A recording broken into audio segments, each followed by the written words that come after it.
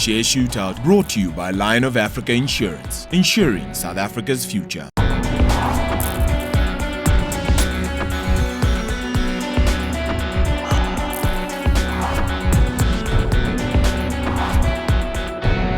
Welcome to the most vicious stock-picking show on television. I'm Bruce Whitfield, self-styled judge, jury and executioner, right here on Share Shootout on CNBC Africa, first in business worldwide. Now, will South Africa avoid dreaded stagflation? Is there really oil trapped under South Africa's offshore geology? Will Justin Bieber get his pet monkey back from the German authorities? Now, we don't know the answers to any of these questions, not with any certainty anyway. What we do know is that we have a Scotsman who doesn't fancy whiskey. Talk about treason. Introducing the challenger, he's weighing in with 5 appearances, 3 wins and 2 losses. Chris, I'd rather have a beer, thank you, Gilmour. He takes on last week's winner, Roger the Rebel Rouser Williams, who's got a 100% success rate on the show, which is incredibly rare. He's played once and he's won once. Over the next 30 minutes, both of our stock pickers will fight it out for the title of Share Shootout King, and all that will be left is a mess on the studio floor of the loser. One of them will go home with the Share Shootout title, the other gets to vanish. Both of our guests have pre-picked 3 shares, and they are keeping them close to their chests. Neither knows what the other holds, but at some point during proceedings, they must accept at least one of their competitors' stocks. The longer they leave it, the more likely they are to have to accept something they really don't like. Each has got 30 seconds to argue their stock pick. We'll let the Share Shootout begin. Just to make you really afraid, Chris Gilmour, his children have told him he's not allowed to lose. And as the father of young children, I don't like upsetting young children. So sorry about this in advance. You're going to have to work really hard. And just to make you truly afraid, we're going to start with Roger. Because on his first game, he started out all nice. And then he wasn't anymore. So, Roger Williams from Centaur. Nice to see you again. Welcome, defending champion. You've got 30 seconds to explain to us why Lewis is worth a punt. 30 seconds start now. In this market, which has run very hard, it's hard to find value. And Lewis has grown earnings since listing at 13% per annum. It's on a 6 PE, 9% dividend yield. When other competitors are floundering, they're prospering.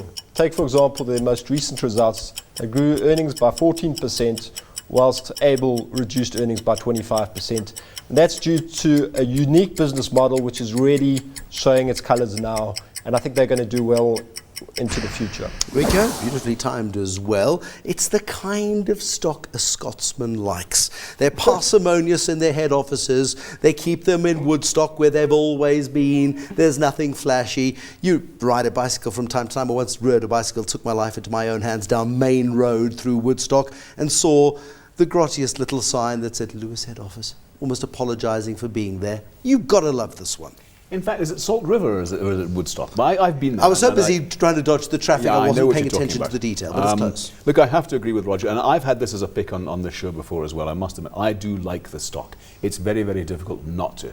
I mean, great value, and I think a badly misunderstood stock as well. Explain to me why it's misunderstood, because in the noise of African Bank and the mess at Elleren's, Lewis gets chucked into the same pot, suddenly comes out with results, the market goes, hold on, it's a different company, and the share price goes up 20% or whatever It's never been seduced into going into other areas of consumer finance. It's always stuck to its knitting.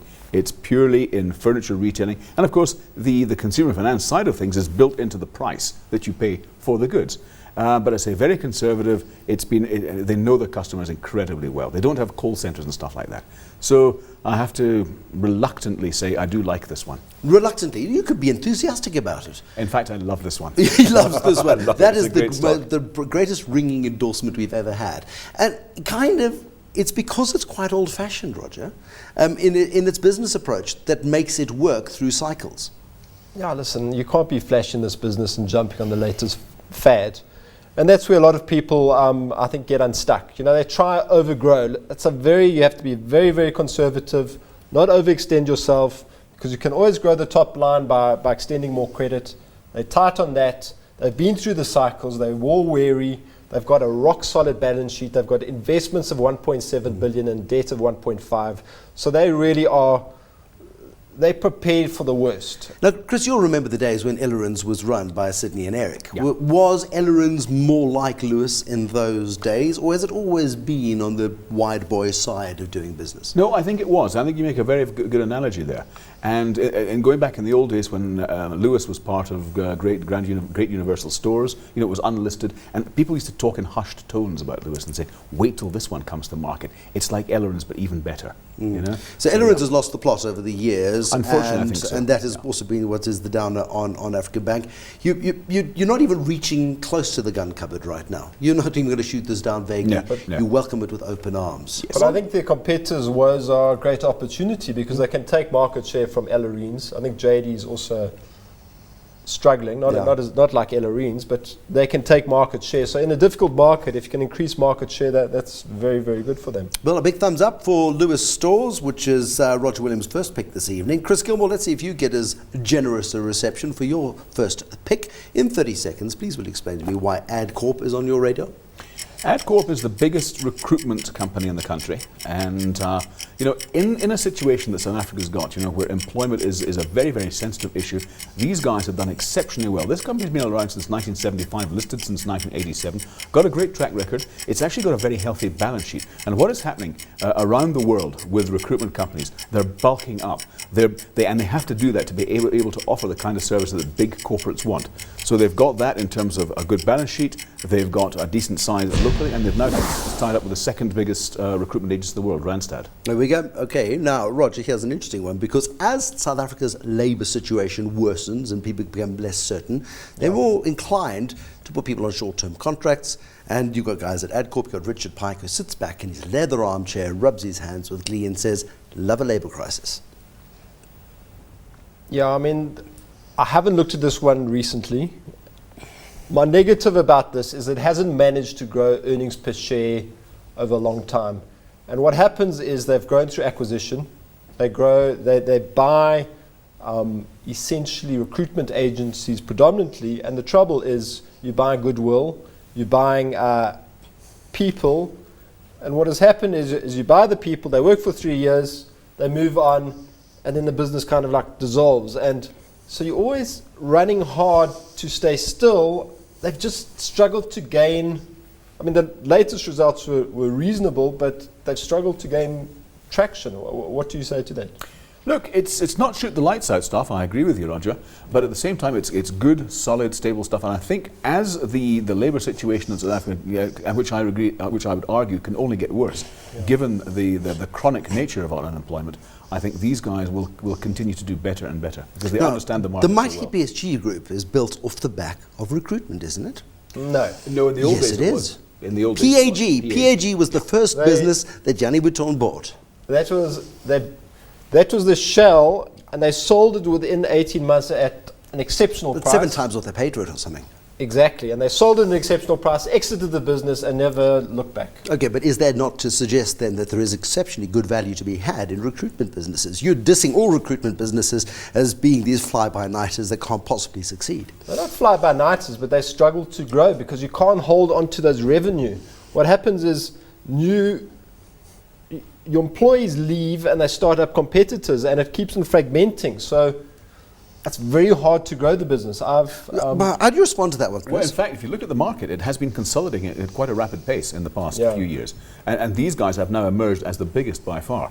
And that's why I say, in this kind of competitive environment, you have to have the size, you have to have the gravitas, you have to have the balance sheet to be able to offer the big corporates the kind of recruitment practices they want. I mean, how have they grown earnings over the last 5 years? Earnings per share, bottom line earnings? It's been a combination of organic and, as you say, acquisitions. They've pulled in a lot of other companies over time. But I think given the fact that so many companies out there, because of our restrictive labour laws in South Africa, are more keen to take on non-permanent employees, and I know the groundwork is changing there, but nevertheless, they've been able to do that very clever and very professionally, and the companies like that. Can I have a turn? I know you two are getting on like a house on fire, which is lovely, and it's absolutely awesome, but we get to the point where somebody's got to make a call on this. I get the sense that if you were slightly warm, it would be a very mild lukewarm. You don't like the sector, therefore you don't like the share, therefore you'd shoot it down, Roger. Yes. Okay, you're shot down, Chris Gilmour. Oh dear, I told you, looks like a nice guy. No, I'm afraid he's not. Right, let's then, this is an interesting one. Let's see whether or not he can remain objective on this one, because he used to have a real job, did Chris Gilmour. He was a journalist at one time, and he used to work for a company called ABSA. Now it's called Times Media Group. Let's see him shoot this one down. You've got 30 seconds to convince him that the company he used to work for is worth a punt. Listen, this is a long shot if I can convince him. You've got the premier media brands, publications, primarily Sunday Times. You've got a Business Retail Solutions, which makes 160 million operating profit, and you've got other assets such as Exclusive Books, Random House Drake. You've got film distribution, all for 2 billion rand, which new managements come in. I think they're going to turn it around if they can get the margins close to their competitors. You're looking at a 5 PE, the share can double in 3 years. There we go. Now, Chris Gilmour, you've worked in the place that no longer has a cafeteria. No, they've cut some costs. Staff morale is not that important in a media business. Journalists are used to being treated like the stuff that accumulates under your shoes. But will this share triple in 3 years, as Roger suggests it might? I very much doubt it. Look, Andrew Bonamore, I think, is doing a great job. From what I've heard, he's cutting costs in an incredibly good way, and probably quite an intelligent way as well. I mean, things like their Exclusive Books is gone. Exclusive Books is gone? Well, it's up for sale. It'll be gone soon. New Metro will be gone for a fraction of what it's worth, I guess, because there's no. I mean, the future for MAL cinemas is pretty much nothing. And when it comes to the print media, unfortunately, as much as you can cut costs, I really don't see a great future for any of those titles in there in the longer term. Okay, so do you think Sunday Times is when I go to the airport on a Sunday flying, say, from Cape Town back to Johannesburg, everyone's reading it. And it's an institution in South Africa, and that's not going to die. Do they still give them away at the airports, a lot of brand Chris? equity. Because there was a time where they were giving them away. Let's be honest about that. If you look at the cover price of a newspaper these days, I'm absolutely horrified as to what it actually costs. If you go overseas and you go on things like the London-Edinburgh shuttle, for example, everyone's got their iPad or their, what is that one called? This my lovely Galaxy Samsung, tab, yes. And they're reading all of this stuff there. We've been held back because we're the laughing stock of the world when it comes to broadband, but that's getting better.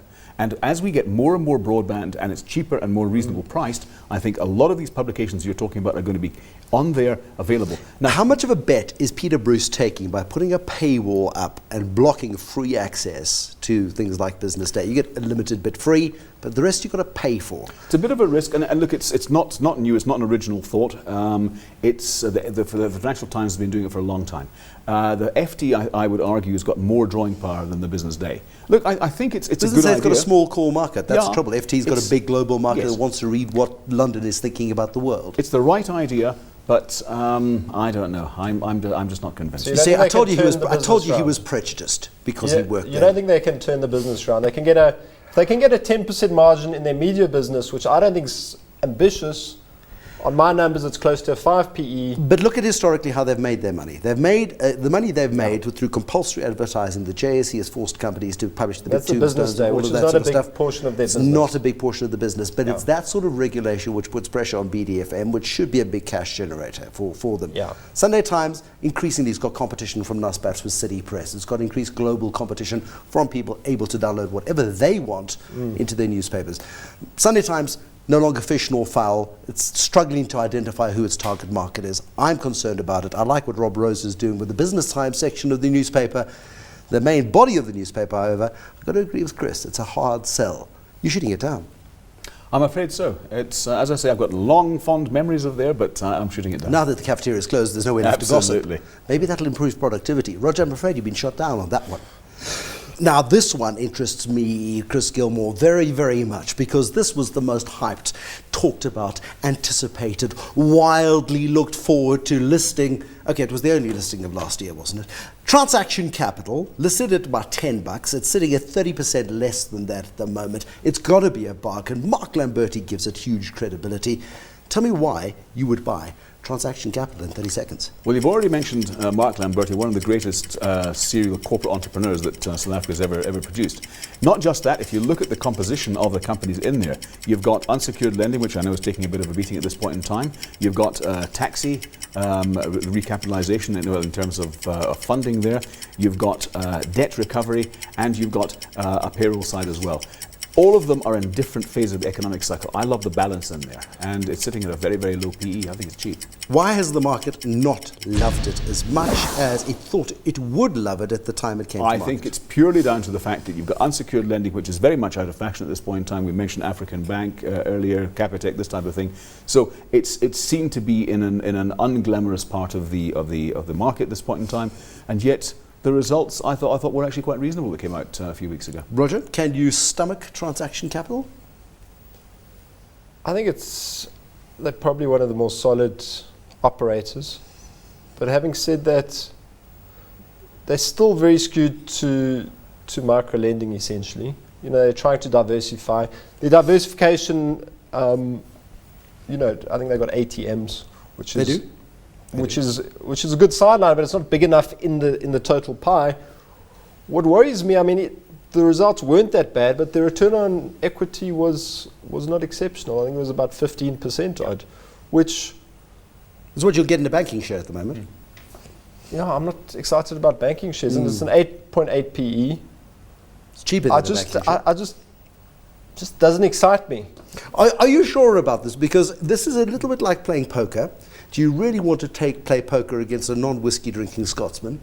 You can't trust him because you don't know what is next on this particular list. By shooting down Transaction Capital, you're running the risk of going into the next round, of course, having to find a jolly good reason to accept his third pick. I'll let you just think about that for a moment. There are underlying businesses. The breakdown, I haven't done an analysis on the underlying value of each of the individual businesses, but is it a bit like an investment holding company with lots of different underlying assets? Yes, it is. You've got Bayport, which is unsecured lending. That's about 38% of earnings. You've got the taxi side, and that's growing. And I think there's a lot of scope there, to get in there and actually finance these taxis. There's about 200,000 taxis on the road. They've got a fraction of that. But the way in which they're attacking it, I think, is actually very clever. You need, however, to make a judgment call as to whether Chris Gilmour's got a good pick now or whether he's got a better pick in a few moments' time. I would play the Jules music, please. Done. Okay, you're shooting it down. Yeah. Okay, big brave man is our Roger. So, Chris Gilmour, you got 2 blows against you. Roger, you have got 1 for and 1 against. Roger Williams from Centaur, he chose Lewis. That was his first pick this evening. Lewis got the big thumbs up from Chris Gilmour, who's previously chosen Lewis. They couldn't very well shoot it down, could he? Times Media, where Chris used to work, he looks at it and he goes, you know what? Lovely memories, but memories do not future profits make, and he doesn't believe the story from Roger that this could be a share that would triple in value over the next 3 years, was it? I think that was the time frame you gave us. Then Chris Gilmour, Adcorp. It's not a sector that Roger likes one little bit, so Adcorp got shut down. So did Transaction Capital. Roger was tempted. He was asking lots of really good questions, but it's not a sector that he's willing to risk his reputation on. So he's risking his reputation on a final pick from Chris. Chris has got an opportunity to shoot down or accept a final pick from Roger in just a moment. Time for us to shoot off for a little ad break. More share shootout on the other side of this.